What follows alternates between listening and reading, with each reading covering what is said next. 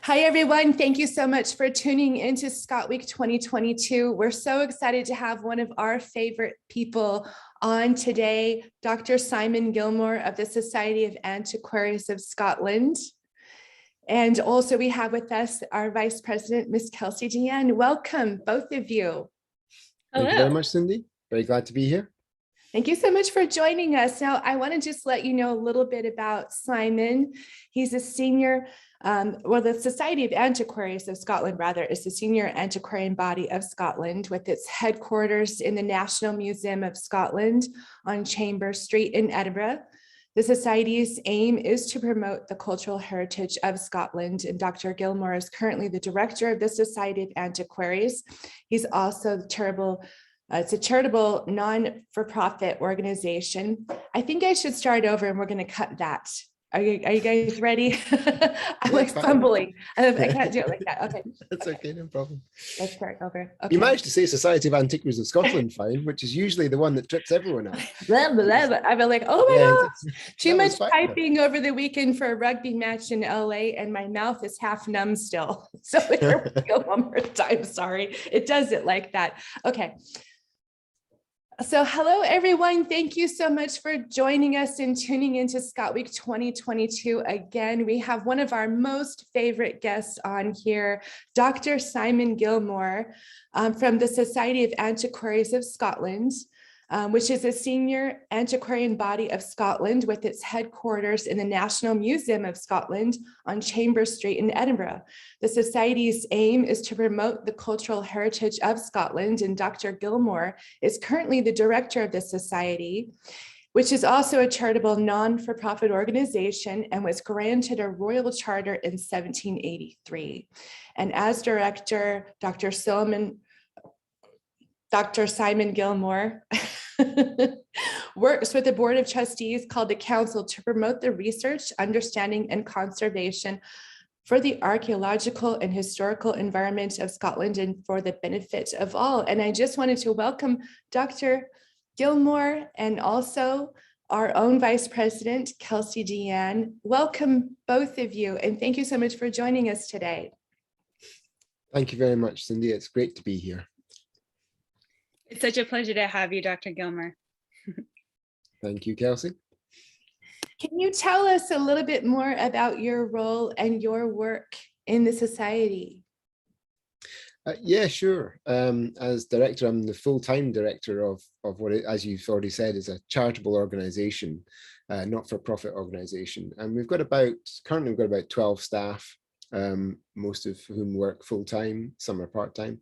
And they deliver a range of projects and services to not just our fellows who are our members. We've got about 2,800 members across the globe, including several hundred in North America.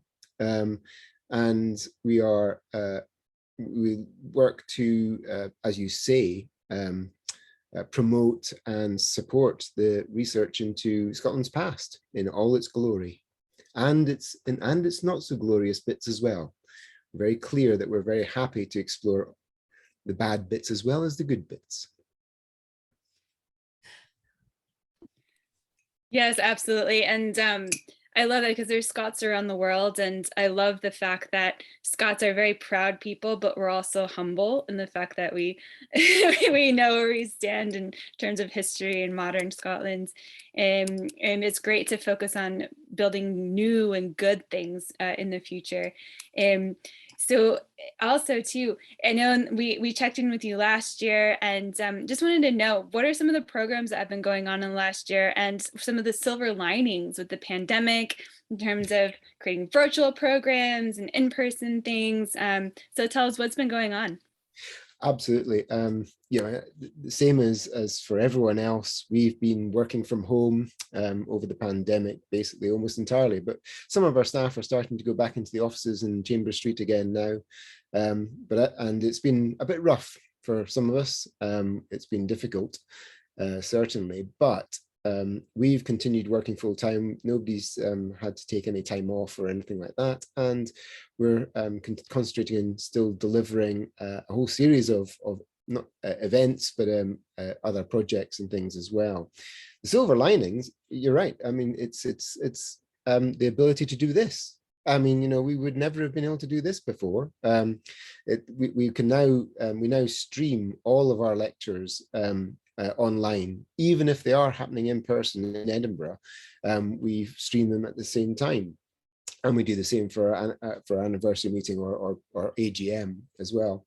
And that sort of thing has proven massively beneficial to us to get in touch with our fellows, to get in touch with our membership, and for our membership to properly engage with us again as well. So people from, you know, right across the globe, from New Zealand, California, Ireland, even in Glasgow, are able to actually ask questions during live events, and it's fantastic. It's really good. We're hoping to build on that. We're hoping to get the technology in place where we're able to make that a much more engaging experience for both ourselves and who might be present in a lecture theatre or a space, and for those watching online as well. But currently it's not too bad. It's working out okay. But it's an amazing the number of people who do tune in from right across the globe. I mean, it's brilliant. It's just fantastic in our experience. So yeah, if there ever was a silver lining to this horrible last 2 years, it's been that. Absolutely, no doubt about that whatsoever. And it's made us think differently about how we engage generally with audiences across the globe, and how we can do that. So yeah, it's been a bit of an eye-opener, but it's been really good. Yeah, and if I can just interject really quick, it has been great. And last month, you guys promoted on Eventbrite and also Zoom on your website. There is a live lecture. It was, I can't remember his name, I'm sorry. It was professor from Miami University, I want to say. He was retired, and but he was talking about bringing the Scottish Enlightenment through the proteges of the Scottish Enlightenment era in through to the United States and all the way across to Ohio and the Midwest.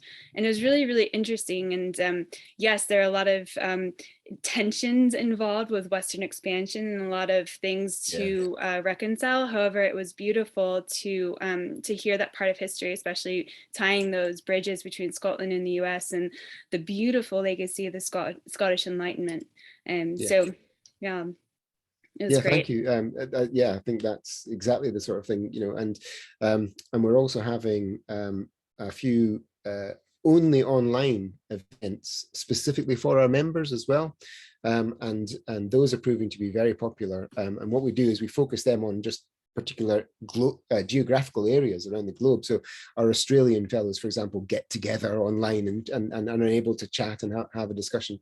Our Aberdeenshire fellows are about to do the same, and we've done a few of these for our American and Canadian fellows as well. So yeah, it's brilliant because it then also allows individual fellows to tell other fellows about their research or their interests or what they're interested in, and then get a bit of feedback on that from others with like-minded interests. And it's great. It's exactly what a fellowship should be, and it's exactly what, you know, an organization like ours should be doing, which is absolutely fantastic. Really good. So thank you for I'm glad that people are tuning in. It's superb.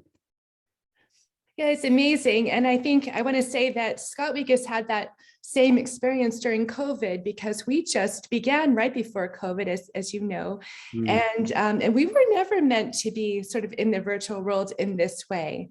And we launched, Kelsey and I, actually April 6th, Tartan Day of 2020, and streamed 9 hours straight. And quickly, we found that we were on 5 different continents, and we never meant to go down this road, but it has proven to be an amazing experience. You are able to reach a lot of different people. So along those same lines, Dr. Gilmour, can you let the audience know, how do people become members of this society, and what is that process, and how can people get involved and also be able to get information about your programs and how they can also tune in?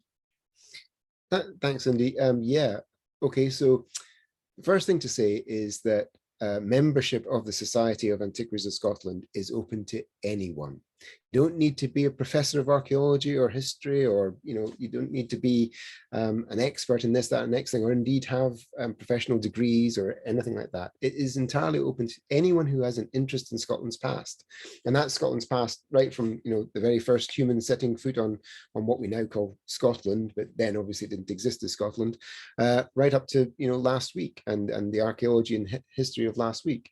So first of all, let me just say it's open to everyone, and everyone is very welcome to join the society. The only difficulty comes in actually becoming a member, because we're an ancient organization set up in 1780 and with our royal charter in 1783, as you say. The process of membership is by election. And so that means that you have to stand to be elected at special events in the society calendar. And to put yourself forward for election, you need to know 2 other fellows, currently serving fellows, and they nominate you, and then you go forward for election, and hopefully, all things being equal, you get elected into the fellowship. Now, we recognize, of course, that there's many people out there who have an interest in Scotland's past, but may not know another fellow, or may not know that they know another fellow, because you don't know. You are allowed to use the FSA Scot post-nominal after your name, but not everyone does. So it's not obvious sometimes who fellows are. So the best way to set your first interest, if you don't know anyone else, is to contact us at the Society and have a look on our website. We've got all the things you need to do on there. You can even apply through the website itself, through web pages on the website.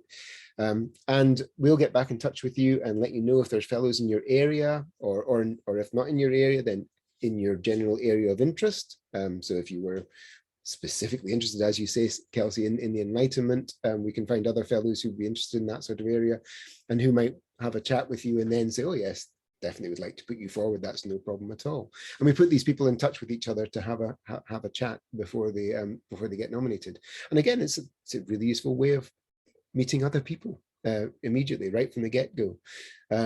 So once you've put yourself forward and nominated, your name goes out to the entire 2,800 fellows in the society, and they have a chance to vote for you or against you, but usually for you.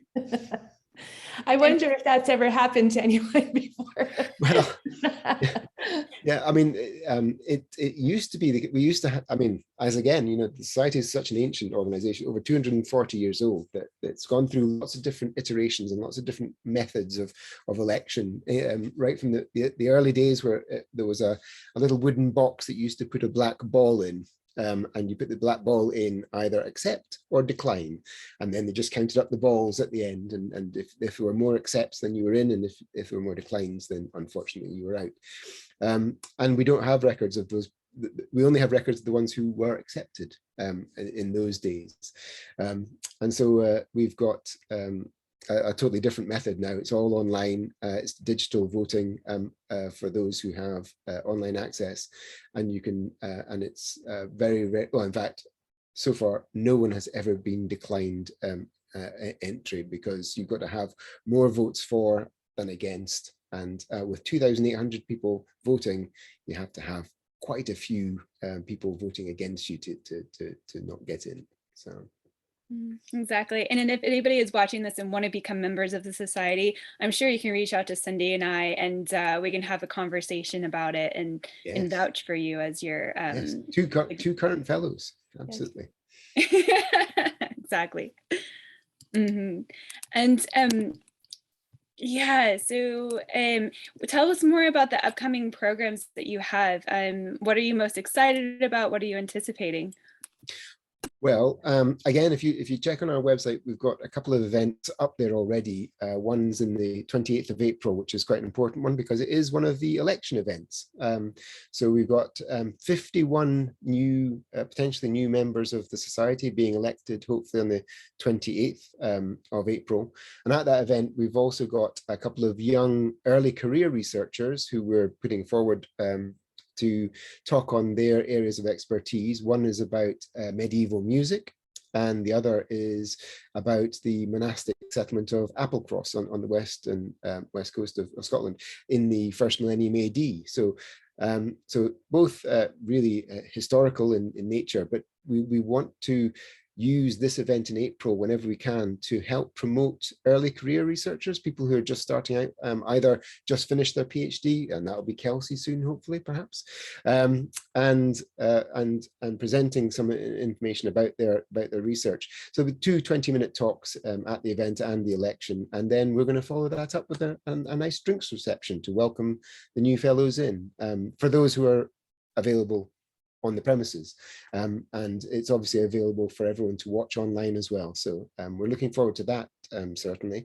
And then after that, in June, we've got our next Rind Lectures, the Rind Lectures being this series of very prestigious lectures, 6 lectures over a weekend, given usually by a single individual. And this next one is by Professor Teresa Singleton, who's going to talk about her career and it's the involvement she's had in archaeologically understanding slavery and the all sorts of aspects of slavery actually in Eastern America. And so I think it's one of those ones that will be a must watch, absolutely, because it's an area of that's obviously been quite controversial recently, and it's something that we really need to get to grips with, certainly in Scotland. We know that vast amounts of wealth was created in Scotland through slavery. We're not proud of that, but we are proud of the ingenuity and of our Scots colleagues. But I look forward to hearing from her in June, because that'll be an excellent series of 6 lectures. And she's had an incredibly varied career, so it's really quite an interesting setup. So look out for that, certainly. And then we have a wee break over summer. We're not going to do a huge amount over summertime, and we start again in October next year with our lecture series again, monthly lecture series.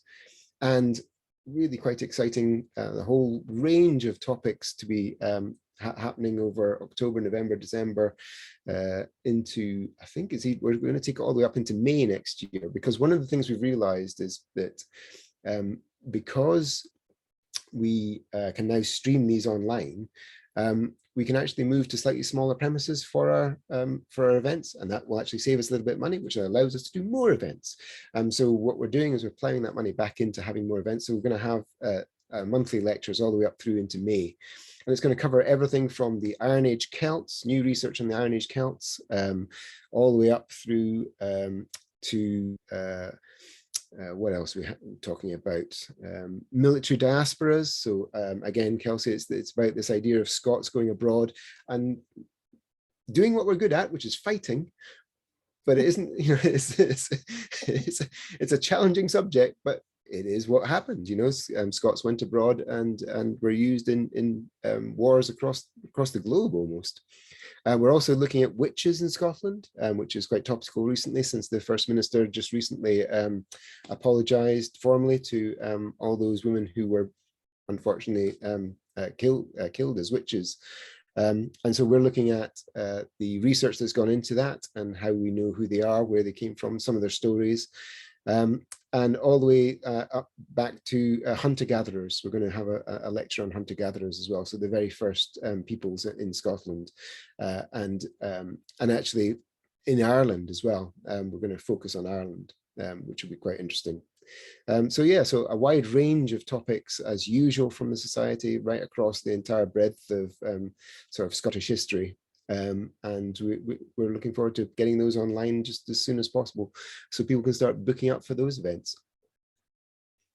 That's amazing. And you had mentioned as well that you had something new this year that you were very excited about, some type of a new program.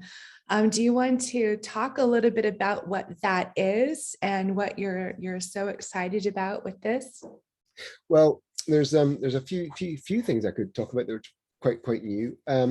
So one is that we're also going to start organizing a new international conference, and this is going to be on the Norse or people would know mainly as sort of Viking period. I think Kelsey was saying earlier that she is a born again Viking.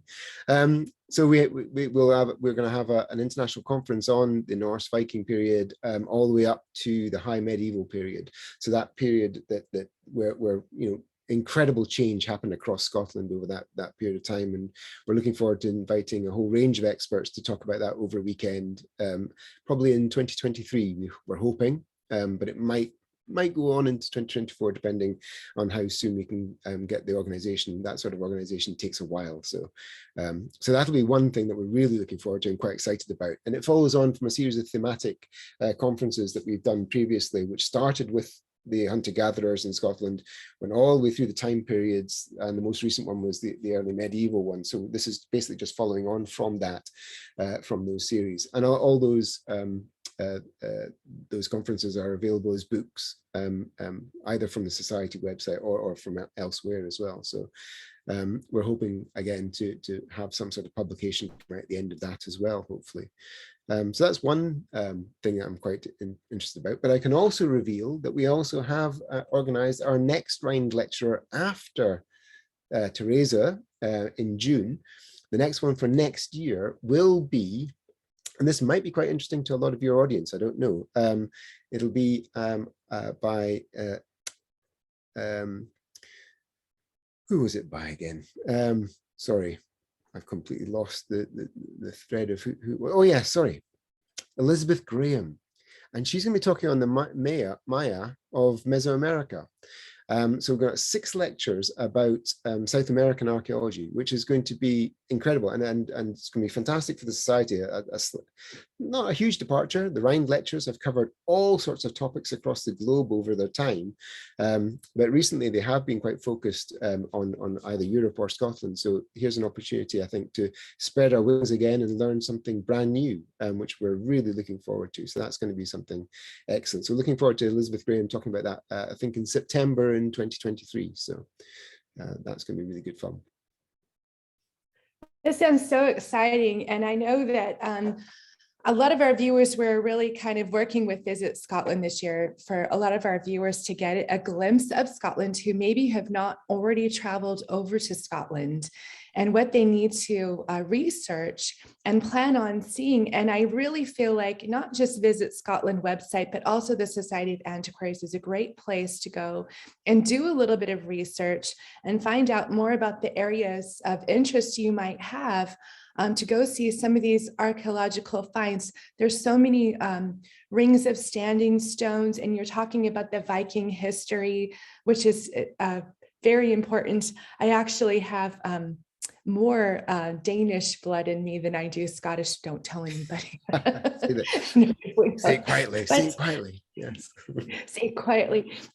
But I've been to the Orkneys and visited some of the Viking ruins out on the Orkneys, which is spectacular. They have one of the, I think the only Viking calendar sticks fully intact in the museum there.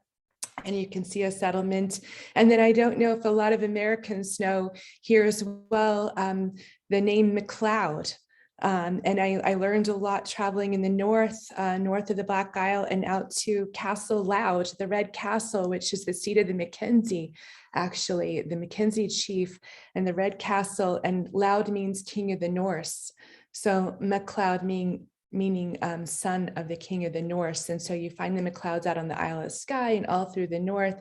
And there's a lot of Viking influence. And so I am very excited, and I hope that a lot of Americans are too, to watch this series about the Vikings and the Norse.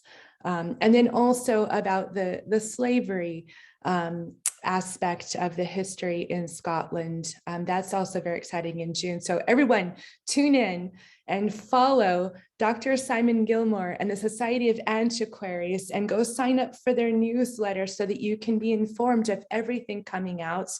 And hopefully we will see you in person very soon in Scotland. And I hope that many people can come and see you and enjoy the lectures. You'd be very, very welcome. Absolutely. And when you come, because remember, Scotland isn't quite as warm as California.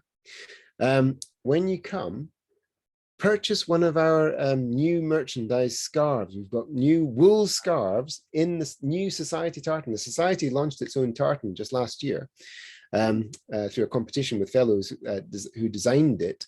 So we're now producing lovely lamb's wool scarves and lamb's wool ties in our own tartan. So please do purchase one of these before you come over, because they'll keep you nice and warm. Absolutely fine. And we're also producing ladies' silk scarves and silk ties as well, with the Society seal on them as well. So those will be on our website, available to purchase as of, I think, tomorrow, but certainly by next week. That's absolutely sure. Wonderful. We'll put the links in, and everybody can find you, and the links to how to follow you and find you. Mm-hmm. That sounds great. I'm definitely getting a scarf. I'll need it. You will need it, yes. That sounds great. Well, Dr. Gilmour, thank you so much for being on, and thank you for updating us on everything that's going on. It's so exciting, and it sounds like, yes, you have definitely provided even more meetings and workshops and lectures. So thank you so much. No problem at all. And everyone's welcome to come along anytime. And we're going to try and put these out on the website as soon as possible, so that if you do come over to Scotland, you can organise to come and visit us and come to one of our events. You'll be very, very welcome. Thank you. And we'll go ahead and share through our social media when we see that you have upcoming lectures and events. Thank you all for tuning in. Thank you, Dr. Gilmour. Thank you, Kelsey Deanne. It's been wonderful to share time here with you today. Thank you both very much.